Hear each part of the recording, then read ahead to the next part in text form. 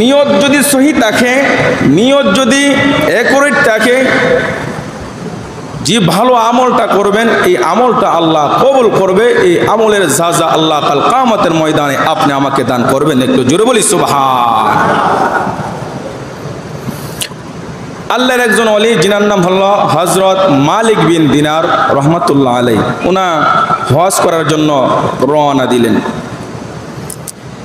আল্লাহর ঘর খানায়ে কাবা জিয়ারত করবেন, তাওয়াফ করবেন, এই উদ্দেশ্যে মালিক বিন দিনার রওনা দিলেন। যাইতে লাগলেন, যাইতে যাইতে একটা নির্জন স্থানে গেলেন। যাওয়ার পরে আল্লাহর ওলি মালিক বিন দিনার উপরের দিকে তাকাইলেন। আল্লাহু আকবার বলেন না। আল্লাহর ওলি হযরত মালিক বিন দিনার যখন উপরের দিকে তাকাইলেন, হঠাৎ করে আল্লাহর ওলি মালিক বিন দিনারের চোখের মধ্যে পড়ল একটা কাক, তার ঠোঁটের মধ্যে একটা রুটি দেখা যায়।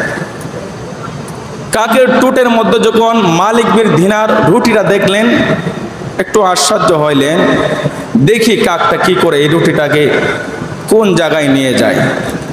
আল্লাহর ওলি হযরত মালিক বিন দিনার কাকের দিকে তাকায় রইলেন।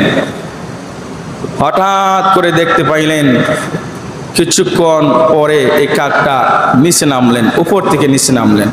নামার পরে একটা বৃদ্ধ লোক, দুই হাত পা বাঁধা বৃদ্ধ লোকের মুখের মধ্যে কাকে রুটিটা দিচ্ছে। একটু জোরে বলি সুবহান। এই দৃশ্য যখন দেখলেন, আল্লাহর ওলি হযরত মালিক বিন দিনার ওই বৃদ্ধ লোকের কাছে গেলেন। যাওয়ার পরে বলতেছেন, আপনার হাত পা বাঁধা কেন? এই কথা যখন আল্লাহর ওলি হযরত মালিক বিন দিনার বললেন, ওই বৃদ্ধ লোকটা দুইটা চোখের পানি ঝর ঝর করে ছেড়ে দিলেন। জোরে বলি সুবহান।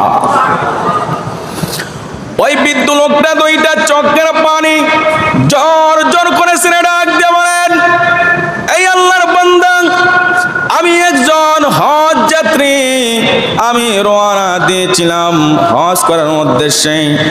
এই নির্জন স্থানে যখন আসলাম, আমাকে ডাকাতে পাকড়াও করলো, ডাকাতে ধরলো। ডাকাতে ধরার পরে আমার কাছে যা কিছু ছিল সব কিছু ডাকাতে নিয়ে গেছে। শুধু সব কিছু নিয়ে যান নাই, আমার হাত পা গুলি বেঁধে ফেললো। আজকে কয়েকদিন যাবত আমার পেটের মধ্যে কোনো খাবার নাই, খাবার নাই, ক্ষুধার যন্ত্রণা আমি আর সহ্য করতে পারতেছি না। আজকে আমি দুইটা চক্কর পানি ছাড়িয়ে আল্লাহর দরবারে আরজ করেছিলাম, আল্লাহ গো, ও আমার আল্লাহ, আপনি আমাকে মায়া করে সৃষ্টি করেছেন। আমি আপনার ঘর বাইতুল্লাহ শরীফ জিয়ারত করার নিয়ত করেছিলাম, রওনা দিয়েছিলাম। প্রতিমধ্যে আপনি জানেন ডাকাতের দল আমাকে এক কারা পাকড়াও করেছে, আমার সব কিছু নিয়ে গেছে, হাত পাও বাঁধা, আমি কিছু করতে পারতেছি না। আল্লাহ গো, আজকে খোদার যন্ত্রণায় আমি আর সহ্য করতে পারতেছি না।